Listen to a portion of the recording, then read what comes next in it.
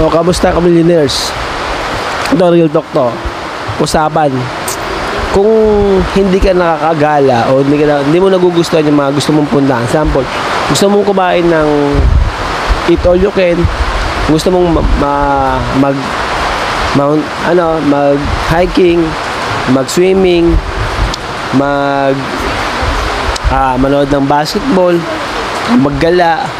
Pag yan is nagagawa mo lang yan pagka isang beses sa loob ng isang buwan o 5 beses. Ibig sabihin yan, hindi mo kontrolado yung oras mo, hindi mo kontrolado yung gusto mo. Ibig sabihin, iba ang kumokontrol sa'yo. Ang kumokontrol sa'yo, yun nagpapasahod sa'yo. Ibig sabihin,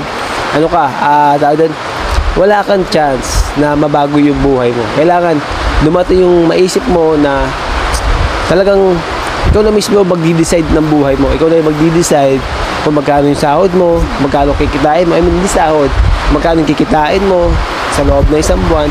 Ikaw dapat magdi-decide ng gano'n. Parang ganito. Dito ako sa para manood ng basketball. Gano'n. Yung time ko is kontrolado ko. Kontrolado ko yung time ko. Anytime na gusto kong umalis, kumain, maggala, mag-swimming, kontrolado ko.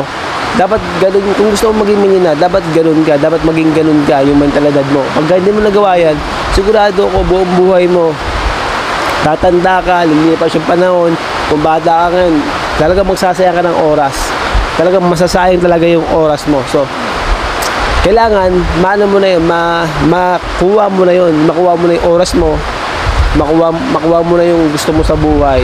I mean siyempre, para may kainin ka, may maggala, hindi para magsayang ng panahon sa oras. Kasi napaka-importante ng oras natin. Example, ganito, may oras ka nga, pero puro sa pasok lang ng pasok, tapos nasahod ka naman, tapos papahinga, tapos papasok yung oras mo. Hindi mo oras yun. Pinapakinabangan yung oras mo ng ibang tao, ng isang kumpanya. Ganun siya. So, sobrang hirap makatakas doon. Kung wala ka pang pera, kailangan paghandaan mo yun. Kailangan magkaroon ka ng pera, mag-ipon ka. At kung kada sahod mo, itaya mo na sa lahat ng kailangan mo sa na negosyo o para maging milyonaryo ka, ganun. Iset mo na sahod mo kinsenas, iset mo na para maging milyonaryo ka. Sa dati yung panahon ng araw at nilipas yung panahon, sigurado ako at may iba bang kumpanya. Kaya pagka naging matigas na ulo mo dyan sa isang kumpanya, wala ka ng silbi dyan, pagkatanggal ka. Okay, so ang ibig sabihin nito is handa mo na yung sarili mo para dahil yung panahon na sigurado ako na aalis ka rin dyan, magugustuhan mo na magtrabaho sa sarili mo para pagka nakita mo yun, dumating na yun, sigurado ako may chance kang maging milyonaryo.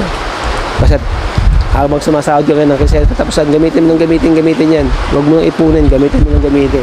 Itaya mo nang itaya. Sabi, ibili mo nang ibili natin ang pangangailangan na gusto mo. Example, gusto mong magkaroon ng tindahan. Ibili mo ng materials paggawa ng tindahan.